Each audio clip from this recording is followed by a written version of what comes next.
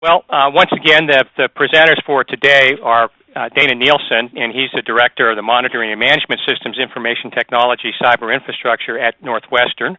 And, of course, as I mentioned just a minute ago, Doug Miller, who's the Senior Project Marketing Manager at BMC.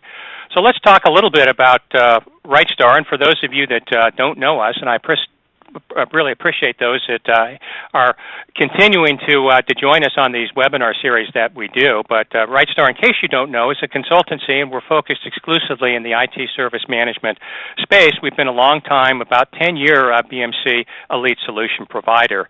We do a lot of different BMC products. As you can see, there's service support, which is Remedy, and some of you may be using Remedy or Remedy Force or Footprints. And on the service automation side, of course, there's Blade Logic and there's ADDM. And then on the service assurance side of things, that's really what we're talking to you about today, is ProActiveNet, or ProActiveNet, of course, is also known as BPPM, and that's included in that, of course, is EUEM, which is part of the whole ProActiveNet family. You can see our mission here is really pretty simple, to be our client's trusted advisor in the IT service management space. And I also wanted to point out that we're also a technology alliance partner, so we do add-on products for BMC, such as AD-Sync for Remedy or PKI integration. So moving along, then who is it that we sell to or market to? And, of course, we have a very large number of active customers, and it consists primarily of public sector. There's some enterprise accounts in there, and there's a lot of mid-market commercial organizations as well. Now, one final slide then on RightStar, and you can see that we've had some rapid growth over the past few years, but the two awards that I'm most proud of are, number one is the BMC Partner of the Year Award, and we've done this for 3 years running now as a BMC Public Sector Partner of the Year Award, and then the final one is a National Capital Business Ethics Award, which we won late last year, and of course I like that because customers want to work with other ethical companies, and employees want to work for ethical companies as well. So why don't we kick things off now and get into the good part of the presentation. And I wanted to start out, and we have Dana Nielsen with us. I'm very excited that he's here because Northwestern, I don't think, really needs much of an introduction, but in case you haven't heard or don't know much about Northwestern, they're the premier research institution. They're located primarily in Chicago and Evanston, Illinois. And I wanted to start out and just let Dana, maybe you could talk a little bit about your role and your organization's role at the university. Thank you. Yeah, I'll go ahead and start, and don't look at the slide yet. We'll get back to it, but I'll introduce my department is Management and Monitoring Systems, and we're responsible for all monitoring from power, air conditioning, space, servers, networking across the entire enterprise. So we're made up of a group called NUIT, Northwestern University IT Information, and there's 9 groups in that area. And we support the schools, departments, and the end users. But by this slide here, you can see that the end user experience management has been really important to us over the last 3 or 4 years.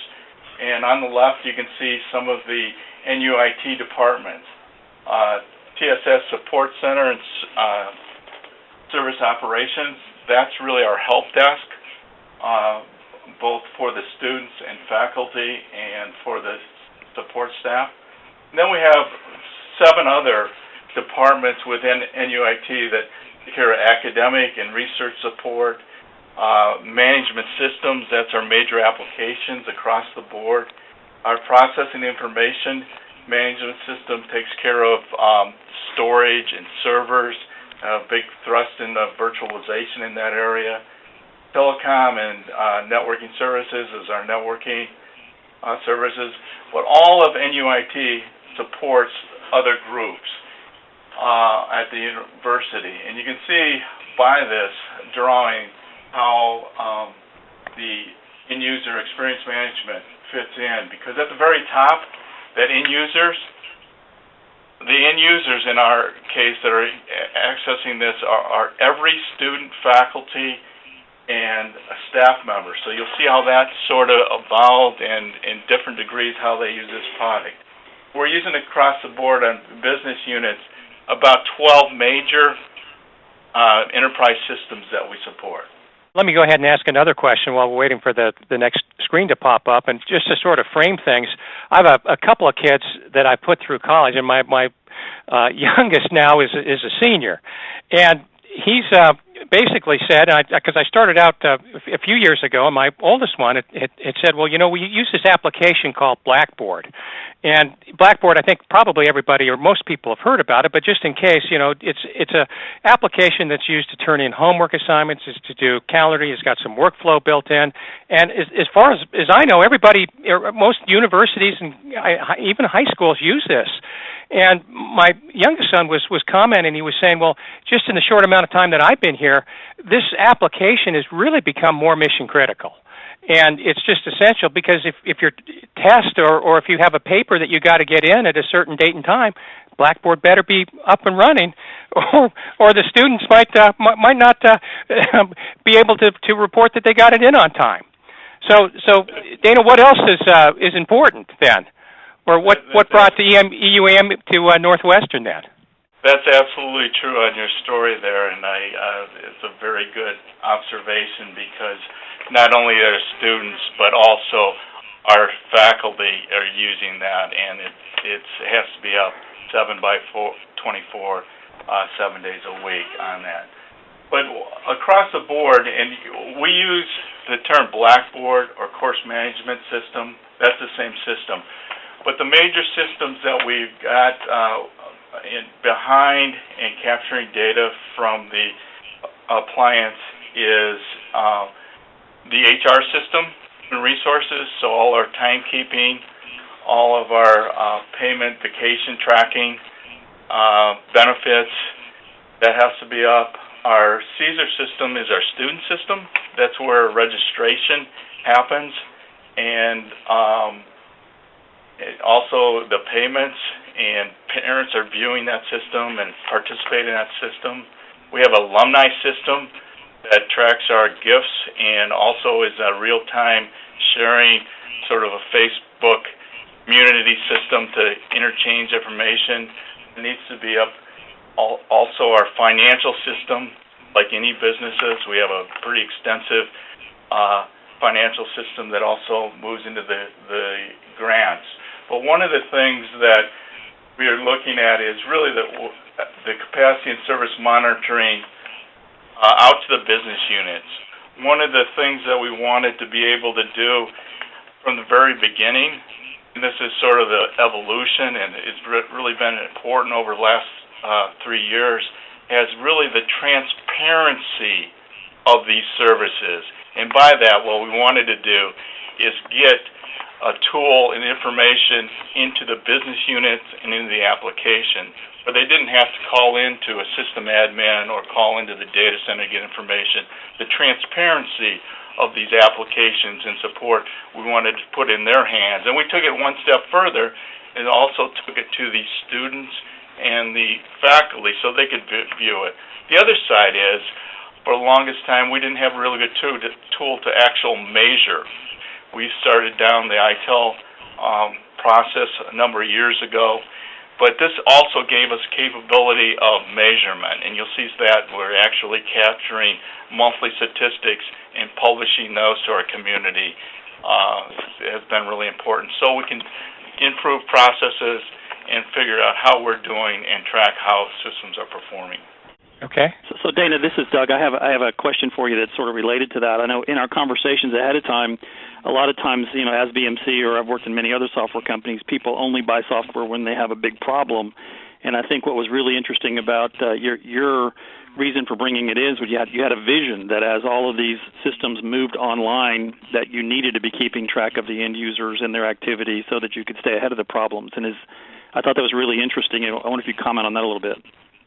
Yeah, that's absolutely right, Doug.